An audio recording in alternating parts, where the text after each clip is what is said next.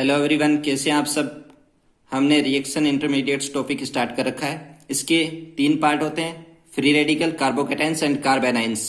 Free radical and carbocations हम last 2 lectures में पढ़ चुके हैं। आज कार्ब एनाइंस की स्टडी करेंगे। कार्ब एनाइंस, ये इस वर्ड पे जाइए। Carb anions means carbon plus A9. Carbon A9 means negative, means carbon के ऊपर नेगेटिव चार्ज। सोच के देखिए, कार्बन के ऊपर नेगेटिव चार्ज आया क्यों, किस वजह से आ सकता है कार्बन के ऊपर नेगेटिव चार्ज।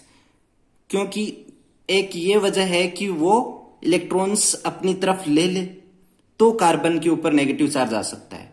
इलेक्ट्रॉन्स जो देता है उसके ऊपर पॉजिटिव चार्ज आता है, इलेक्ट्रॉन्स जो लेता है उसके ऊपर नेगेटिव चार्ज आता है। मीन्स यहाँ पे कार्बन के ऊपर नेगेटिव चार्ज इसलिए है कि यह इलेक्ट्रॉन्स को अपनी तरफ अट्रैक्ट करता है। क्यों करता है ये अपनी तरफ अट्रैक्ट? इसलिए करता है कि इसके पास ऐसे एलिमेंट या ऐसे ग्रुप जुड़े होंगे जिसकी इलेक्ट्रोनेगेटिविटी कार्बन के इलेक्ट्रोनेगेटिविटी से कम है। कार्बन की इलेक्ट्रोनेगेटिविटी कुछ भी एक्स वाई ग्रुप जुड़ा है उस ग्रुप से इलेक्ट्रोनेगेटिविटी कार्बन की ज्यादा होगी, और वाई ग्रुप की जो भी यहाँ पे एलिमेंट जुड़ा है उस एलिमेंट की इलेक्ट्रोनेगेटिविटी कम होगी, तो कार्बन अपनी तरफ इलेक्ट्रॉन्स ले लेगा। मैंने आपको बताया कि इलेक्ट्रोनेगेटिविटी होती क्या है, उसको बोलते हैं इलेक्ट्रोनेगेटिविटी। किसी इलेक्ट्रॉन्स को अपनी तरफ अट्रैक्ट करने की टेंडेंसी या पावर, वो पावर जो इलेक्ट्रॉन्स को अपनी तरफ अट्रैक्ट कर सके, अपनी तरफ ले सके, विड्रॉ कर सके, वो उसको इलेक्ट्रोनेगेटिविटी बोलते हैं। मतलब जिसकी ज्यादा इलेक्ट्रोनेगेटिविटी होगी वो उतना ही इलेक्ट्रॉन्स को अपनी तरफ अट्रैक्ट करेगा। मैंने आपको बताया है कि पीरियोडिक टेबल में जब टॉप टू बॉटम में जाते हैं तो इलेक्ट्रोनेगेटिविटी कम होती है, और जब हम लेफ्ट टू राइट जाते हैं पीरियोडिक टेबल में तो इलेक्ट्रोनेगेटिविटी बढ़ती है। मैंने ये भी बताया आपको, ठीक है। इलेक्ट्रोनेगेटिविटी यहाँ पे बढ़ती है और यहाँ पे कम होती है। तो ऐसा कार्बन के साथ ऐसा कोई एलिमेंट जुड़ा होगा जिसकी इलेक्ट्रोनेगेटिविटी कार्बन के इलेक्ट्रोनेगेटिविटी से कम होगी, तो कार्बन उससे इलेक्ट्रॉन ले सकता है। अब यहाँ पे देखिए, मैंने आपको बता रखा है कि ये एक सिग्मा बॉन्ड, मतलब एक कोवेलेंट बॉन्ड है। यहाँ पे कोवेलेंट बॉन्ड बना किससे? इसके एक इलेक्ट्रॉन से, इसके एक इलेक्ट्रॉन से, ठीक है। तो ये कार्बन की इलेक्ट्रोनेगेटिविटी यहाँ पे ज्यादा होगी तो ये करेगा क्या? ये अपना इलेक्ट्रॉन तो रखेगा ही, इसका जो ये एक इलेक्ट्रॉन जो कोवेलेंट बॉन्ड बनाने में काम है उसको भी ले लेगा, उसको भी अपनी तरफ ले लेगा। तो बनेगा क्या? कार्बन के ऊपर अपने वाला तो था ही, ये वाला ये रहा, इसका एक इलेक्ट्रॉन और ले लेगा। मतलब इसके ऊपर एक लोन पेयर आ जाएगा, और साथ में क्या आएगा? Negative charge. क्यों? क्योंकि इसने इलेक्ट्रॉन्स को अपनी तरफ लिए हैं। और वाई के ऊपर क्या आएगा? पॉजिटिव चार्ज, क्योंकि इसने इलेक्ट्रॉन्स दिए हैं, ठीक है। तो ये क्या होता है? यही है कार्ब। ये क्या है? Carb anion. कार्ब एनायन पे क्यों होती है नेगेटिव चार्ज? क्योंकि ये इलेक्ट्रॉन्स को ले लेता है, इसके पास इलेक्ट्रॉन्स मैक्सिमम होते हैं। ये इसकी इलेक्ट्रोनेगेटिविटी जो साथ में जुड़ा हो उसकी इलेक्ट्रोनेगेटिविटी से ज्यादा है, तो ये इलेक्ट्रॉन्स ले रखे हैं इसने, तब इसके ऊपर नेगेटिव चार्ज है, और उसी को अपन कार्ब एनायन बोलते हैं। अब इसकी कार्ब एनायन मतलब एग्जाम्पल देख लेते हैं 1-2। ये है, इसको क्या बोलेंगे अपन? Methyl carb anion. मिथाइल है ना, तीनों ग्रुप हाइड्रोजन है तो मिथाइल हुआ। इसको क्या बोलेंगे? इसको क्या बोलेंगे? इथाइल कार्ब एनाइन, ठीक है। ये रहे एग्जाम्पल। इसमें कार्बन के ऊपर नेगेटिव चार्ज है, इसमें भी कार्बन के ऊपर नेगेटिव, सॉरी यहाँ पे नेगेटिव चार्ज है, तो ये मिथाइल कार्ब एनाइन और ये इथाइल कार्ब एनाइन। प्रॉपर्टीज क्या रहती है इन पे? आगे बढ़ते हैं तो इसके प्रॉपर्टीज पे जाते हैं। प्रॉपर्टीज क्या रहती है इनकी? प्रॉपर्टीज रहती है, पहली प्रॉपर्टी तो यही रहेगी कि इसके ऊपर कितने इलेक्ट्रॉन्स हैं। आप यहाँ पे देख सकते हैं इसके ऊपर कितने इलेक्ट्रॉन हैं। देखिए आप, तीन हाइड्रोजन ग्रुप जुड़े हैं, मतलब तीन सिग्मा बॉन्ड बने हैं। तीन सिग्मा बॉन्ड किन किन से बने हैं? दो दो इलेक्ट्रॉनों से बने हैं, मतलब यहाँ पे 6 इलेक्ट्रॉन्स आ चुके हैं। यहाँ पे 2 इलेक्ट्रॉन ये रहे, मतलब 8 इलेक्ट्रॉन हो चुके हैं इसके पास 8 इलेक्ट्रॉन, मतलब ऑक्टेट कंप्लीट है इसका। ऑक्टेट कंप्लीट है मींस ये स्टेबल है, ऑक्टेट कंप्लीट है इसका। ठीक है, इसकी ये प्रॉपर्टी रहेगी, इसके पास 8 इलेक्ट्रॉन है। अपन ने देखा है कि फ्री रेडिकल, इससे पहले वाले लेक्चर्स में, कि फ्री रेडिकल के पास कितने थे? 7 इलेक्ट्रॉन, क्योंकि वो है होमोजीनियस होमोलाइटिक फिजन हुआ था वहां पे, तो 1 इलेक्ट्रॉन पास वाले एलिमेंट्स के पास चला गया था और उसका खुद का 1 इलेक्ट्रॉन बच गया था, तो 7 इलेक्ट्रॉन रहे थे। ये फ्री रेडिकल्स में रहा था। और कार्बोकैटाइंस के पास कितने इलेक्ट्रॉन्स रहे थे? 6 इलेक्ट्रॉन, क्योंकि उसके पास जो भी थे कोवेलेंट, वो पास वाला ज्यादा ले गया था, क्योंकि उसकी जो पास वाले ग्रुप था कार्बन से, उसकी इलेक्ट्रॉन नेगेटिविटी ज्यादा थी कार्बन से, तो इसकी वजह से वो ज्यादा ले गया और कार्बन के पास 6 इलेक्ट्रॉन बचे। पर यहाँ पे 8 इलेक्ट्रॉन है कार्बन के पास। ये एक प्रॉपर्टी रही। सेकेंड वन क्या रहेगी? हाईली रिएक्टिव है। हाईली रिएक्टिव क्यों है? आप ऐसे देखिए ना, अभी कोरोना चल रहा है, सोनू सूद पे जाइए, सोनू सूद पे रिच पर्सन है, वो डोनेट कर सकता है, वो हेल्प कर रहा है अभी लेबर्स की उनको घर पहुंचाने के लिए, तो वो हाईली रिएक्टिव है। इसके पास भी इलेक्ट्रॉन्स रिच है, ये इलेक्ट्रॉन रिच है, 8 इलेक्ट्रॉन है तो इलेक्ट्रॉन रिच है, ये इलेक्ट्रॉन रिच है। तो ये यदि किसी ऐसे हेल्पर इसको ऐसे ट्रबल में जो कोई एलिमेंट है उसको इलेक्ट्रॉन चाहिए, तो वो इसको इलेक्ट्रॉन दे सकता है। तो ये मतलब कहने का क्या मतलब है कि ये अपने इलेक्ट्रॉन्स दे भी सकता है जब किसी एलिमेंट्स को इससे इलेक्ट्रॉन चाहिए होंगे, तो उनसे बॉन्ड बना सकता है। तो कहने का ये मतलब है ये हाईली रिएक्टिव है, ये जल्दी से बॉन्ड बना सकता है। अब मैं एक वर्ड यूज करता हूं कि कार्बो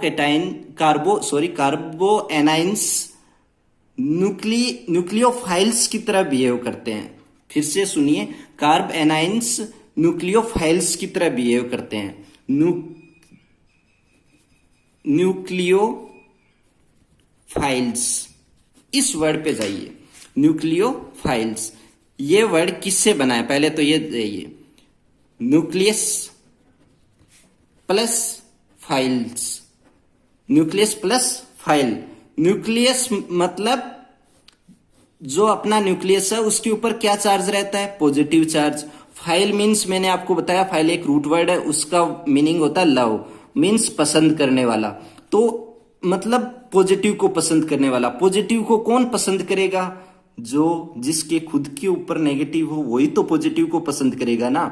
मतलब मैंने यही स्टेटमेंट बोला है कि कार्ब एनाइंस बिहेव करते हैं न्यूक्लियोफाइल्स की तरह। क्यों करते हैं? क्योंकि उनके खुद के पास इलेक्ट्रॉन्स ज्यादा है, तो नेगेटिव चार्ज है, तो वो किसको पसंद करेंगे? पॉजिटिव चार्ज वाले को। तो आप यहां पे लिख सकते हैं कि कार्ब एनाइंस न्यूक्लियोफाइल्स की तरह बिहेव करते हैं। क्यों करते हैं? क्योंकि न्यूक्लियोफाइल को पसंद करेंगे। क्यों करेंगे? क्योंकि मतलब पॉजिटिव चार्ज को पसंद करेंगे। क्यों पसंद करेंगे? क्योंकि खुद के ऊपर नेगेटिव चार्ज है। ठीक है, ये वाला पॉइंट समझ में हो गया। अगला क्या रहेगा कि इसकी स्ट्रक्चर क्या रहेगी? इसकी स्ट्रक्चर ये रहेगी, आप यहां पे देखिए कि ये कार्बन है, इसके पास 3 ग्रुप जुड़े हैं, एल्किल ग्रुप, हाइड्रोजन, कुछ भी समझिए आप। यहाँ पे एक लोन पेयर है, आप देख सकते हैं एक लोन पेयर, यहाँ पे इलेक्ट्रॉन ये रहे 3 हाइड्रोजन और एक लोन पेयर बचा है, नेगेटिव चार्ज है। ठीक है, तो होता क्या है कि जो लोन पेयर है ना, वो हाइब्रिडाइजेशन में काउंट करता है। अकेला यहाँ पे अनपेयर्ड इलेक्ट्रॉन होता है, उससे हाइब्रिडाइजेशन में कोई फर्क नहीं पड़ता है।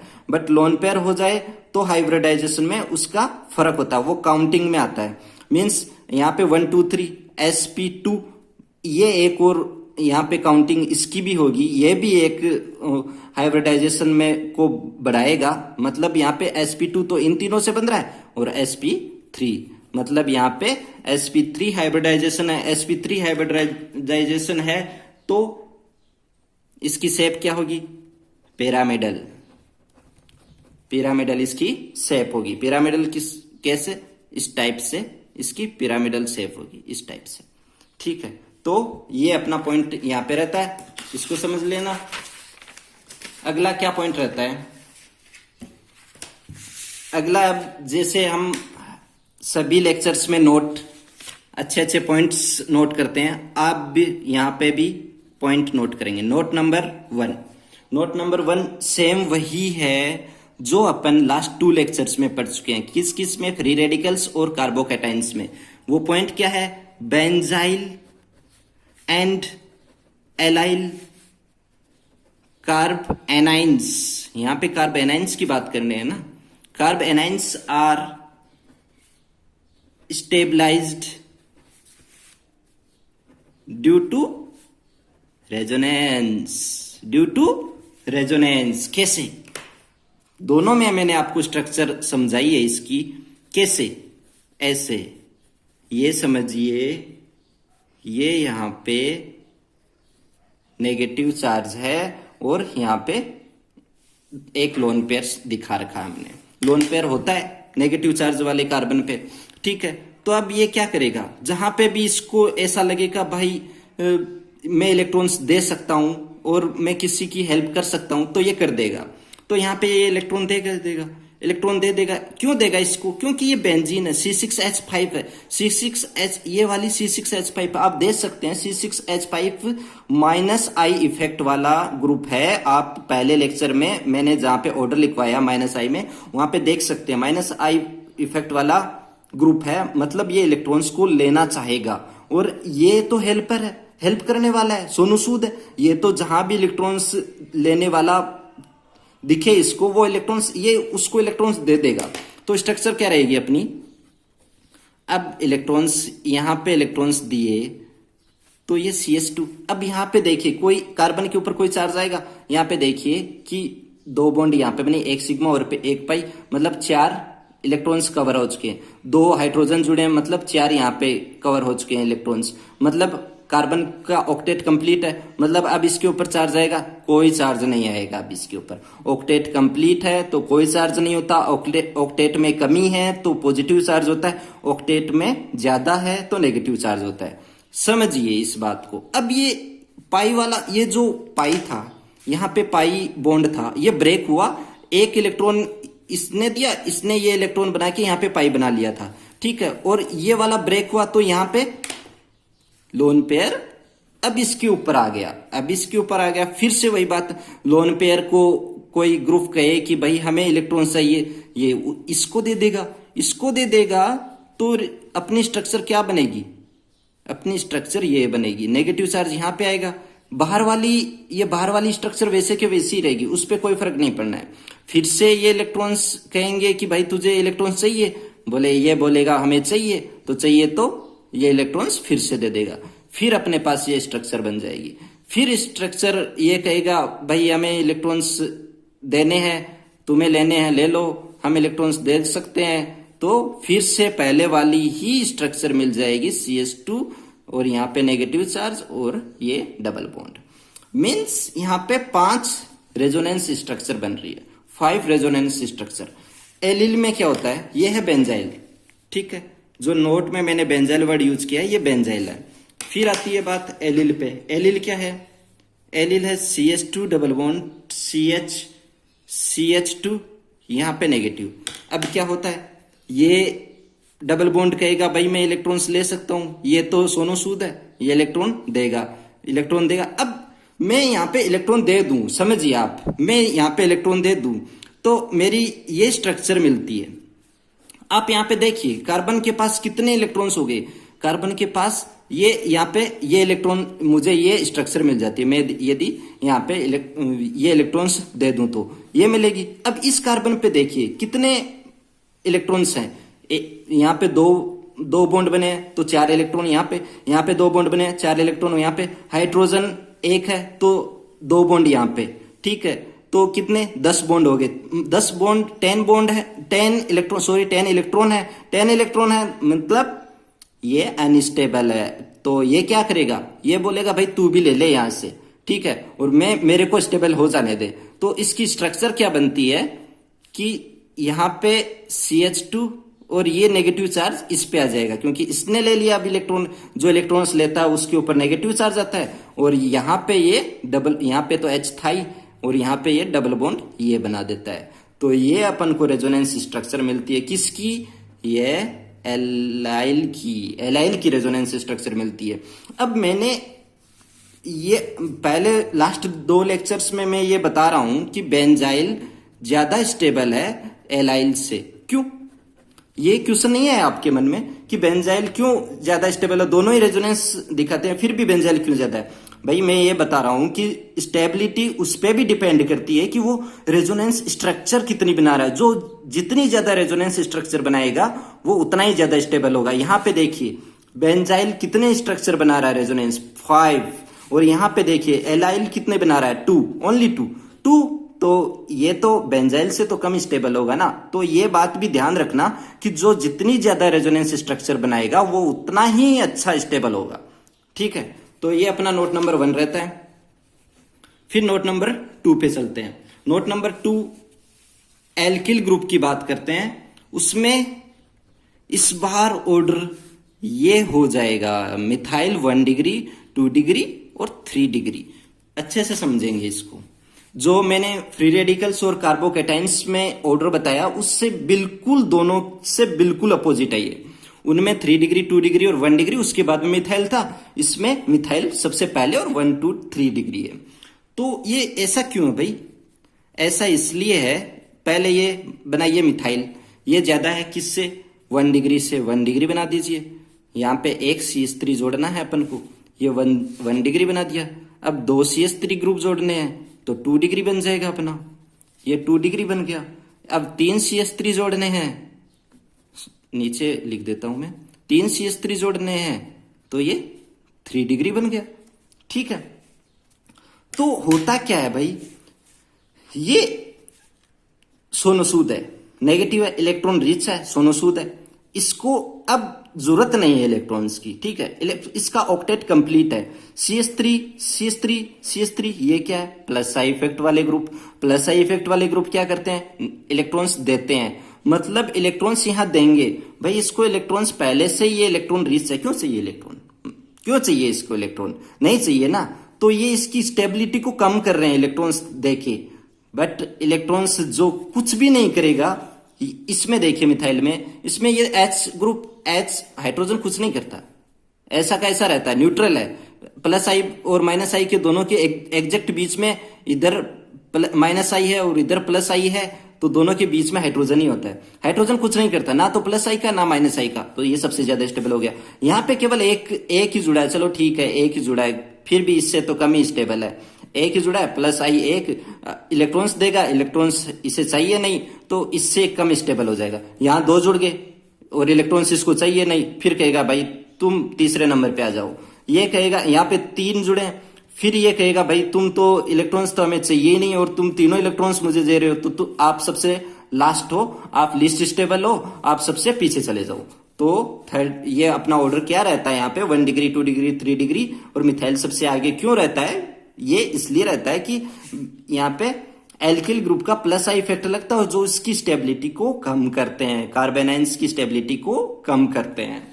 ये रहेगा अपना note number 2, plus I effect के कारण। ठीक है, आप अच्छे से करिए पहला चैप्टर, पहला लेक्चर अपना इंडक्टिव इफेक्ट, उसका पूरी केमिस्ट्री में यूज होना है, तो उसको बार बार देखिए और अच्छे से वो जो भी मैंने ऑर्डर लिखा है उसको थोड़ा समझने की ट्राई कीजिए, कौन सा किस में आता है ये भी ध्यान रखना, उसको बार बार रिपीट करते रहिए और उनको पढ़ते रहिए, तभी आप पूरी केमिस्ट्री में इनका यूज आना है। आप आगे जब भी जैसे भी बढ़ते जाओगे, फिर से प्लस आई आ जाएगा, फिर से कोई माइनस आई आ जाएगा, तो आपको समझ नहीं आ पाएगा कि प्लस आई कौन सा है, माइनस आई कौन सा है। तो उसको अच्छे से याद रखना है, फिर अच्छे कॉन्सेप्ट आगे क्लियर होते चले जाएंगे।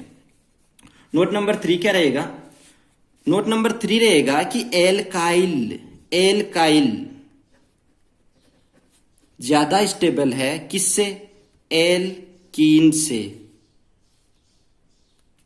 सॉरी एल्काइन, यहां पे एल्काइन है, एल्काइन ज्यादा स्टेबिलिटी दिखाएगा। एल्काइन भी कौन सा? कार्ब एनाइंस एल्काइन, और एल्कीन कार्ब एनाइंस। क्यों?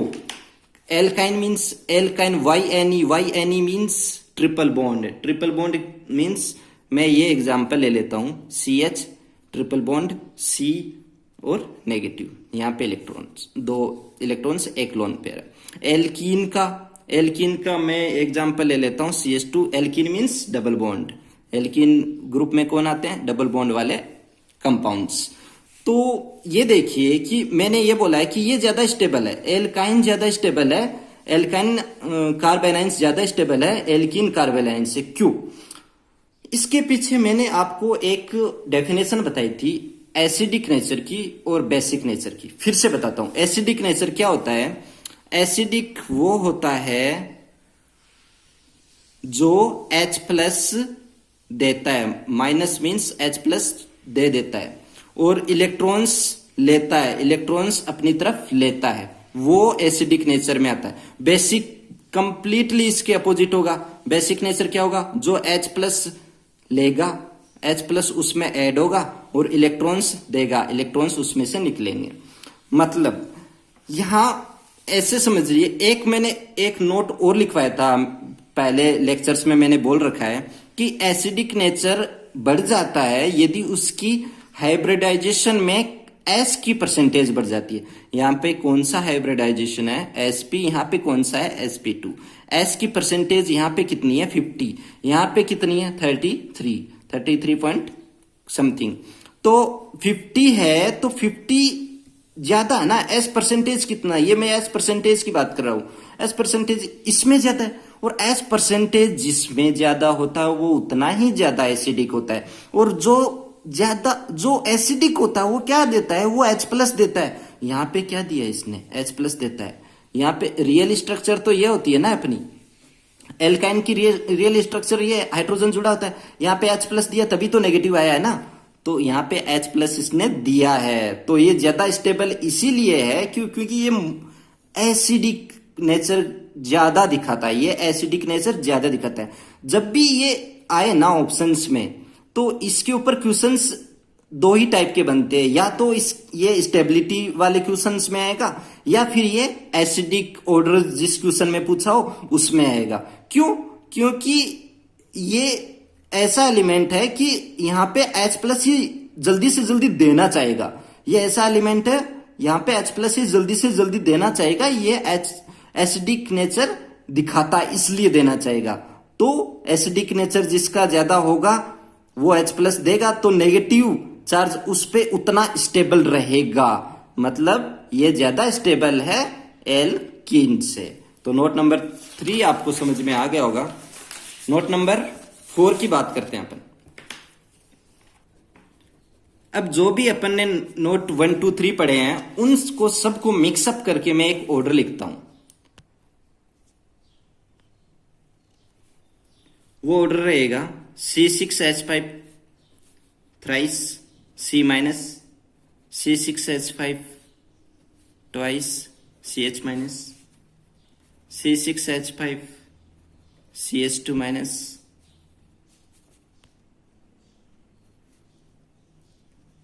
CH2 CH CH2 minus. इनसे पीछे कौन रहेगा? CH triple bond C minus, CH2 double bond CH minus.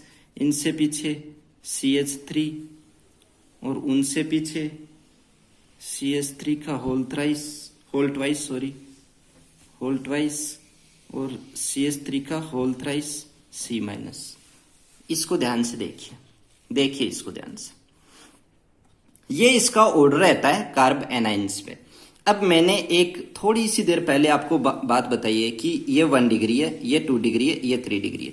आपने रट लिया उसको कि चलो ठीक है 1 डिग्री कार्ब एनाइंस में 1 डिग्री ज्यादा स्टेबल होता है, 2 डिग्री 3 डिग्री ये ऑर्डर रहता है। फिर आपने यहाँ पे देखा भाई यहाँ पे तो 3 डिग्री पहले, यहाँ पे 2 डिग्री पहले, 3 डिग्री और 2 डिग्री 1 डिग्री से पहले।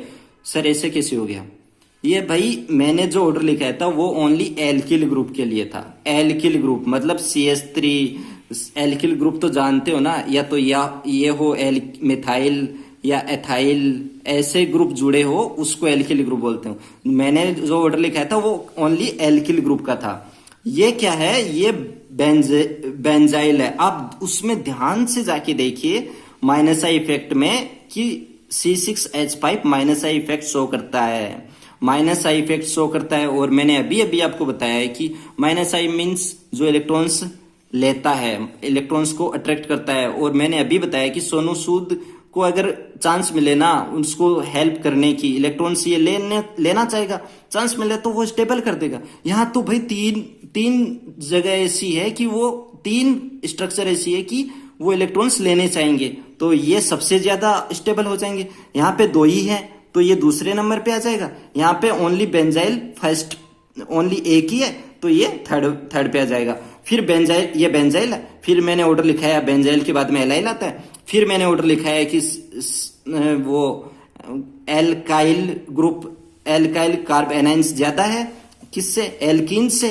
फिर ये ऑर्डर हो गया। फिर 1 डिग्री 2 डिग्री 3 डिग्री। मैंने जो ऊपर तीनों ऑर्डर लिखवाए हैं उन तीनों को मिक्सअप किया है। बट आप यहाँ पे कंफ्यूज नहीं होना कि वो 1 डिग्री 2 डिग्री 3 डिग्री वाला ऑर्डर यहाँ पे अलग है। यहाँ पे अलग इसलिए है कि वो ओनली ऑर्डर किसके लिए रहता है, एल्किल ग्रुप के लिए होता है। बट यहाँ पे तो C6H5 है। C6H5 तो अच्छा स्टेबिलिटी देगा ना, क्योंकि ये तो इलेक्ट्रॉन्स लेगा। और सोनू सूद को तो वो पसंद है जो उनकी, जिसकी हेल्प कर सके वो इलेक्ट्रॉन्स लेने वाले, तो ये अच्छे से इसकी स्टेबिलिटी बढ़ा देता। तो इस ऑर्डर को याद रख लेना, नोट कर लेना इस ऑर्डर को, ठीक है। यहाँ पे आप देख सकते हो, इस ऑर्डर को याद भी कर लेना और लिख भी लेना। फिर अपना नोट नंबर 5, नोट नंबर 5 क्या रहता है कि -I और -M ग्रुप्स इंक्रीज करते हैं कार्ब एनाइन की स्टेबिलिटी को। किसकी स्टेबिलिटी को, कार्ब एनाइंस की, नेगेटिव चार्ज है जिसके ऊपर कार्बन पर, उसकी स्टेबिलिटी को इंक्रीज करते हैं। क्यों करते हैं मैंने इससे पहले बता चुका हूं कि भाई इनको इलेक्ट्रॉन्स -I -M करते हैं क्या, इलेक्ट्रॉन्स लेने वाले हैं और ये इलेक्ट्रॉन्स रिच हैं। ये जो भी इलेक्ट्रॉन्स लेने वाले उनके साथ शेयर कर सकता है इलेक्ट्रॉन और स्टेबिलिटी बढ़ा सकता है। तो मैं ये बोलूं, और साथ में ये पॉइंट भी लिख लेते हैं कि +I और +M ग्रुप क्या करते हैं, स्टेबिलिटी कम कर देंगे। किसकी, कार्ब एनाइंस की। कार्ब एनाइंस की स्टेबिलिटी वो कम कर देंगे। क्यों कम कर देंगे, क्योंकि उनको चाहिए नहीं इलेक्ट्रॉन्स नेगेटिव वालों को चाहिए ही नहीं। कार्बन के ऊपर नेगेटिव चार्ज है, उसके पास पहले से इलेक्ट्रॉन है। और +I और +M क्या करते हैं, इलेक्ट्रॉन्स देते हैं। उनको इलेक्ट्रॉन चाहिए नहीं, तो वो लिस्ट स्टेबल हो जाते हैं। तो मैं ये कहूं कि एक ऑर्डर लिख दूं यहाँ पे BrCH2। आप यहाँ पे जाके देखना, Br के ऊपर 3 लोन पे एक बॉन्ड तो बना चुका है ना, एक बॉन्ड बना चुका है, मतलब 2 इलेक्ट्रॉन तो है, 6 इलेक्ट्रॉन और दिखाने अपन को, तो 6 इलेक्ट्रॉन 3 लोन पेयर से दिखा दूंगा। इसके पास लोन पेयर कौन से वाले ग्रुप में आते हैं, आप जाके देखिए +M वाले ग्रुप में आते हैं, मतलब ये +M शो करता है। सॉरी, ये -M वाले ग्रुप में आते हैं और -M शो करता है, तो स्टेबिलिटी इसकी बढ़ जाती है। उसके बाद में क्या होता है, इसके बाद में ये वाला ग्रुप आ जाएगा, इसके पास कुछ भी नहीं जुड़ा है। उसके बाद में कौन सा आता है, उसके पास +I वाला जुड़ा है, तो वो उसके बाद में आ जाएगा। मींस मेरा कहने का यही मतलब है कि -I ग्रुप जुड़ा हो, -M ग्रुप जुड़ा हो, ये -I -M ग्रुप जुड़ा हो, वो स्टेबिलिटी बढ़ा देते हैं, ठीक है। यहाँ पे Br की जगह NO2 भी जुड़ा हो, ये -I शो करता है, -I की वजह से ये इसकी स्टेबिलिटी बढ़ा देते हैं, तो और +I वाले स्टेबिलिटी कम कर देते हैं। तो ये अपना नोट नंबर 5 होता है। अब यहाँ पे सभी अच्छे पॉइंट अपन लिख लिए हैं। अपन इन पे थोड़ी देर बाद में क्वेश्चंस भी करेंगे 2-3। उससे पहले लिख लेते हैं कि थोड़ा थ्योरी पार्ट कवर कर लेते हैं। Difference between free radicals and ions में कौन कौन से आएंगे, कार्ब कैटायन भी आ जाएगा, कार्ब एनाइंस भी आ जाएगा, ठीक है। दोनों आयंस एक जैसे ही उनकी प्रॉपर्टी होती है। प्रॉपर्टी मतलब वो किस तरीके से बिहेव करते हैं, उनकी बिहेव करने की जो टेंडेंसी होती है वो फ्री रेडिकल से अलग होती है। ठीक है, फ्री रेडिकल इनसे अलग है। यहाँ पे आयंस लिख देता हूं, आयंस में दोनों आ जाएंगे, कार्बोकेटाइन और कार्बन आयंस। तो पहला डिफरेंस क्या होगा इसमें? पहला होगा कि फ्री रेडिकल न्यूट्रल होते हैं। न्यूट्रल क्यों होते हैं भाई? न्यूट्रल इसलिए होते हैं कि इसके पास एक इलेक्ट्रॉन बचा रह जाता है। आप जाके देखिए, इसके पास एक इलेक्ट्रॉन, अनपेयर इलेक्ट्रॉन रहता है, एक अनपेयर इलेक्ट्रॉन रहता है, उसकी वजह से ये न्यूट्रल होता है। किसी के साथ उसको सिर्फ रिएक्टिविटी, उसको एक इलेक्ट्रॉन लेने से मतलब, और कुछ नहीं करता। ये एक इलेक्ट्रॉन लिया, ये स्टेबल, अपनी स्टेबिलिटी ली, और इसका काम इतना ही है। तो ये न्यूट्रल होता है नेचर में। और ये क्या करता है? इसके ऊपर पॉजिटिव एंड नेगेटिव चार्ज होता है। पॉजिटिव चार्ज वाले कौन से? ये पॉजिटिव हुआ। नेगेटिव चार्ज वाले कौन से? ये CH3, ये मिथाइल कार्बोनाइन नेगेटिव हुआ। सेकंड डिफरेंस क्या होता है? इसके पास जो आउटर सेल है, जो वैलेंस सेल बनता है, उस पे एक अनपेयर इलेक्ट्रॉन है, एक अनपेयर इलेक्ट्रॉन होता है। इसके पास, इनमें क्या होता है? इनमें कार्बोकेटाइन पॉजिटिव वालों के पास 6 इलेक्ट्रॉन होते हैं, सब पहले बता चुका हूं। कार्बोनाइन के पास 8 इलेक्ट्रॉन होते हैं। ये डिफरेंस होगा। सभी चीजें मैं पहले बता चुका हूं, आप अच्छे से देखिए उनको। थर्ड, इनमें क्या डिफरेंस होगा? ये पैरामैग्नेटिक होगा। पैरामैग्नेटिक मतलब जिनमें अनपेयर इलेक्ट्रॉन होते हैं वो पैरामैग्नेटिक कैटेगरी में आते हैं, और जिनके पास पॉजिटिव या जिनके पास अनपेयर इलेक्ट्रॉन नहीं हो, या तो दोनों इलेक्ट्रॉन दे चुका हो या दोनों इलेक्ट्रॉन ले चुका हो, वो डाईमैग्नेटिक नेचर के होते हैं। ये दोनों ही डाईमैग्नेटिक नेचर के होते हैं। पॉजिटिव और कार्बोनाइन्स और कार्बोकेटाइन दोनों ही डाईमैग्नेटिक नेचर के होते हैं। फोर्थ वर्ग क्या रहेगा? होमोलाइटिक फिजन रहता है यहाँ पे, होमोलाइटिक फिजन। और यहाँ पे हेट्रोलाइटिक फिजन रहता है। होमोलाइटिक मैंने आपको बताया था, जब एकदम बीच में से ब्रेक हो, इसका इलेक्ट्रॉन इसके पास आ जाए, इसका इलेक्ट्रॉन इसके पास आ जाए, उसको होमोलाइटिक कहते हैं। हेट्रोलाइटिक किसी एक के पास जाना है, जिसकी भी इलेक्ट्रोनेगेटिविटी ज्यादा होगी उसके पास चला जाएगा। तो कार्बोकेटाइन्स में तो जिस पास वाले एलिमेंट्स, कार्बन के पास वाले एलिमेंट्स की इलेक्ट्रोनेगेटिविटी ज्यादा होती है तो वो इलेक्ट्रॉन्स ले लेता है, और कार्बोनाइन्स में कार्बन ले लेता है, कार्बन की इलेक्ट्रोनेगेटिविटी ज्यादा होती है तो कार्बन ले लेता है। ठीक है, ये अपना पूरा थ्योरी पार्ट रहा कार्बोनाइन्स का। अब अपन कुछ क्वेश्चंस कर लेते हैं। मैंने पहले से क्वेश्चंस लिख रखे हैं ताकि आपका ज्यादा टाइम वेस्ट ना हो। तो क्वेश्चन नंबर 1 है, इसमें ऑर्डर बताना है स्टेबिलिटी का। कार्बोनाइन है, आप ऑप्शंस में देख सकते हैं ना, कार्बोनाइन की बात हो रही है, तीनों ऑप्शंस कार्बोनाइन के। अब आप फिर से मैंने जो पढ़ाया उस पे जाइए कि प्लस माइनस आई ग्रुप वाले कार्बोनाइन्स की स्टेबिलिटी को बढ़ा देते हैं, माइनस आई ग्रुप वाले कार्बोनाइन की स्टेबिलिटी को बढ़ा देते हैं। मैंने आपको बताया है NO2 क्या है, सबसे अच्छे माइनस आई ग्रुप वालों में है। ऑर्डर जाके देखिए, सबसे अच्छे माइनस आई ग्रुप वालों में है, मतलब इसकी स्टेबिलिटी तो सबसे ज्यादा होगी। फिर बचा ये दोनों, फिर से जाइए एल्डिहाइड भी माइनस आई दिखाता है, बट NO2 से तो कम दिखाता है। NO2 से कम दिखाएगा तो ये इसकी स्टेबिलिटी की भी कम होगा। क्यों? क्योंकि जितना माइनस आई दिखाएगा ना, उसकी स्टेबिलिटी कार्बोनाइन्स में ज्यादा होगी। कार्बोनाइन्स की बात कर रहा हूं मैं, ओनली कार्बोनाइन्स में ज्यादा होगी। कार्बोकेटाइन और फ्री रेडिकल की प्रॉपर्टी एक जैसी होती है। कौन सी प्रॉपर्टी? उनके रिएक्शंस करने की प्रॉपर्टी। उनमें प्लस आई और माइनस आई जो एलिमेंट्स जुड़े हैं उनके साथ वो कैसे बिहेव करता है, उन दोनों की प्रॉपर्टी उनके लिए समान है। बट यहां पे कार्बोनाइन्स की प्रॉपर्टी अलग है, क्योंकि यहां पे कार्बोनाइन्स के पास इलेक्ट्रॉन्स पूरे हैं और कार्बोकेटाइन्स और फ्री रेडिकल में इलेक्ट्रॉन्स की दोनों में कमी रहती है। उसकी वजह से उनका दोनों की प्रॉपर्टी एक जैसी रहती है।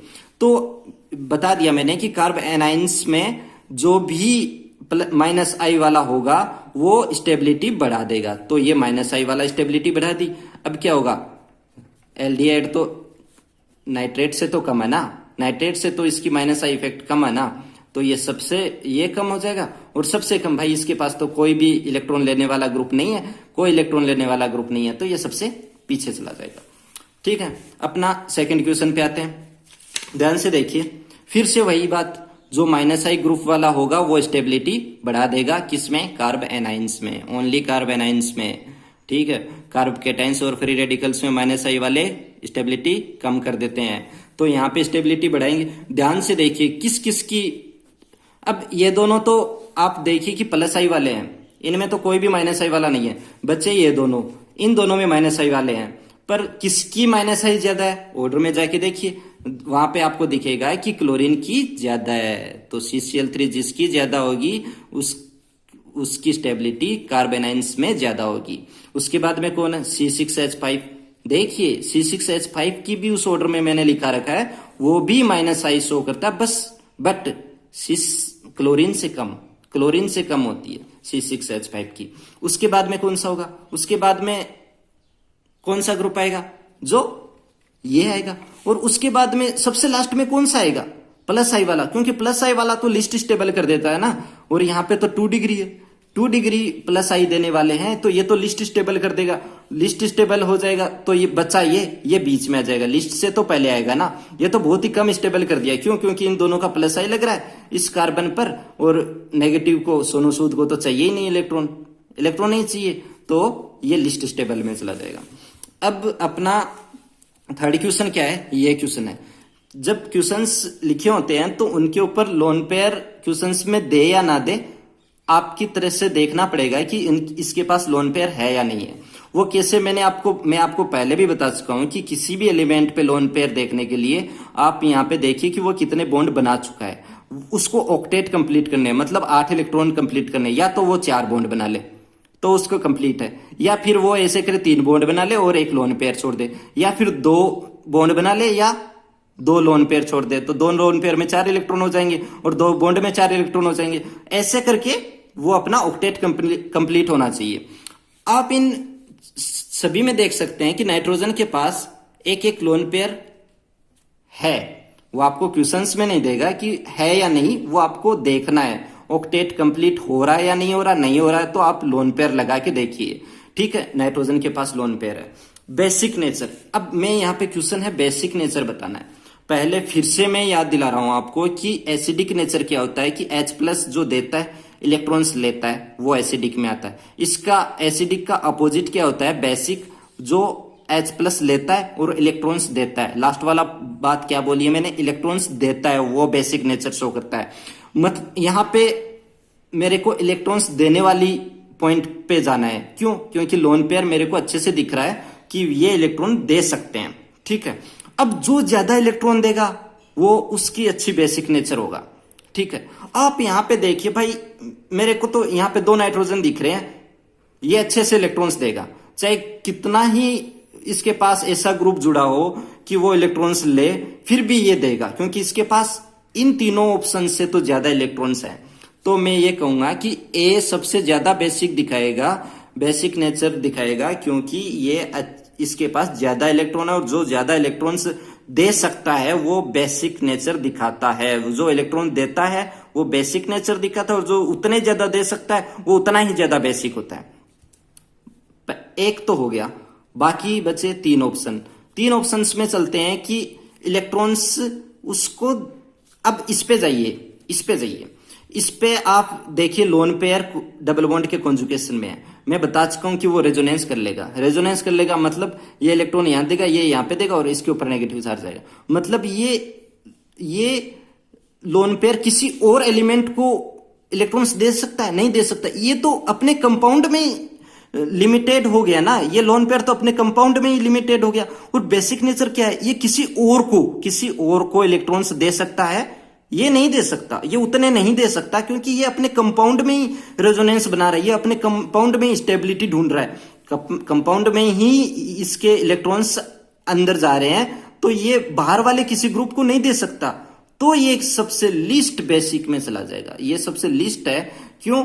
किसी में नहीं है ऐसा कि उसके वो इलेक्ट्रॉन्स अपने स्ट्रक्चर में ही ले रहा हो। यही है स्ट्रक्चर ऐसी जो अपने स्ट्रक्चर में ले रहा हो, तो किसी दूसरे को नहीं दे सकता। किसी दूसरे को नहीं दे सकता तो उसका बेसिक नेचर सबसे कम हो जाएगा। ए और डी का तो हमने बता दिया, बाकी बचे बी और सी। बी और सी पे ध्यान से देखिए, इस पे क्या होता है, ये 2 डिग्री है और ये 1 डिग्री है, ठीक है। मैंने ऑर्डर लिखवाया था कि प्लस में जो इंडक्टिव इफेक्ट होता है उसमें ऑर्डर 3 डिग्री सबसे ज्यादा देते हैं, 2 डिग्री और 1 डिग्री, मतलब इलेक्ट्रॉन्स 2 डिग्री ज्यादा देगा। 2 डिग्री ज्यादा देगा मतलब नाइट्रोजन के पास पहले से ही एक तो लोन पेयर है, ऊपर से ये एल्किल ग्रुप और दे देंगे।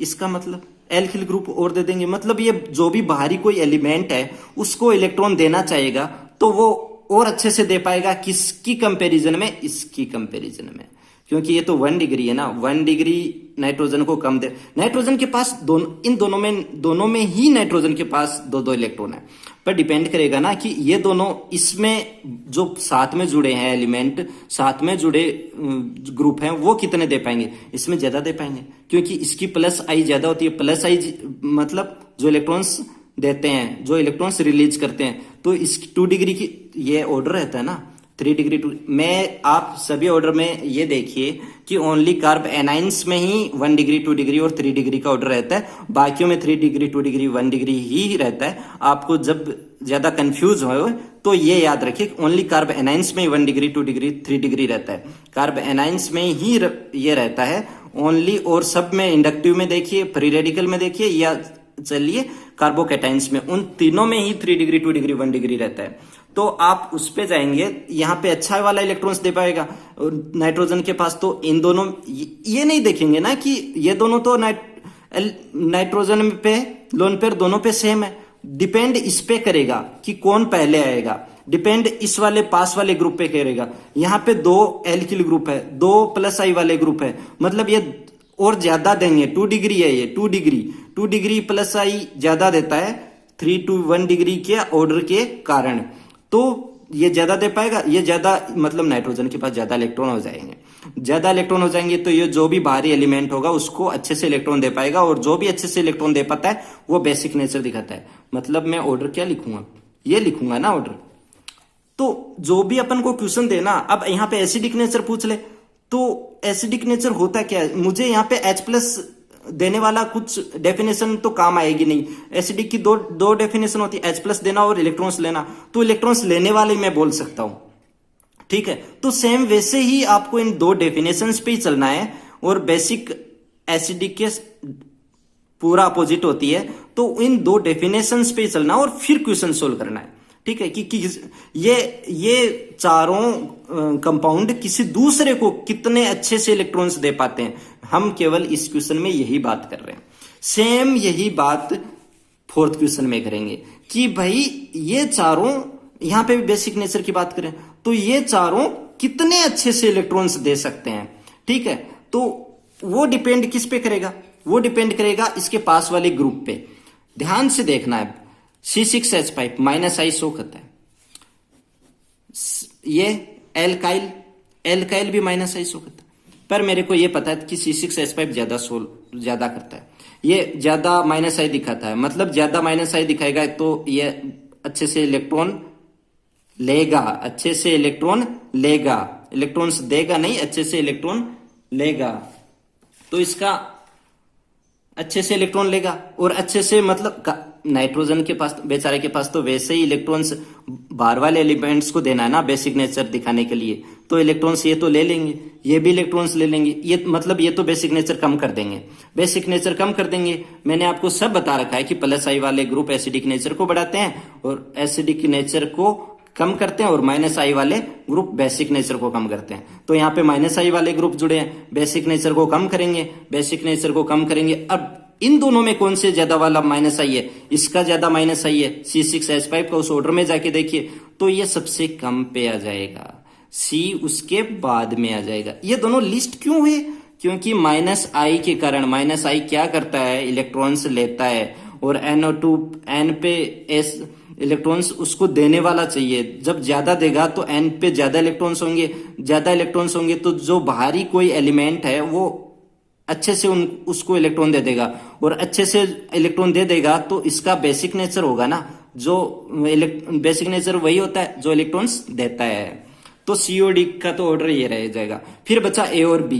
ए और बी में कौन सा है, आपको सीधा सीधा दिख रहा है ना, ये तो प्लस आई दे रहा है, प्लस आई दे रहा है, प्लस आई मीन्स ये इलेक्ट्रॉन्स इसको दे रहा है, और बहुत अच्छी बात है, इस NO2 को इलेक्ट्रॉन दे रहा है और N को इलेक्ट्रॉन दे रहा है, नाइट्रोजन को दे रहा है, और ये बाहर वाले कोई भी एलिमेंट को और अच्छे से इलेक्ट्रॉन दे देगा।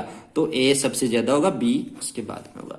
तो बेसिक नेचर पे क्वेश्चंस ऐसे ही आते हैं कि आपको डेफिनेशंस पे जाना है कि बेसिक नेचर होता क्या है, फिर देखना है कि वो कहीं ना कहीं अपने अंदर ऐसी स्ट्रक्चर तो नहीं बना रहा है, अपनी रेजोनेंस स्ट्रक्चर तो नहीं बना रहा है कि वो उसके इलेक्ट्रॉन्स अपने अंदर ही अंदर है, तो ये बाहर वाले को कैसे दे पाएगा इतने अच्छे से।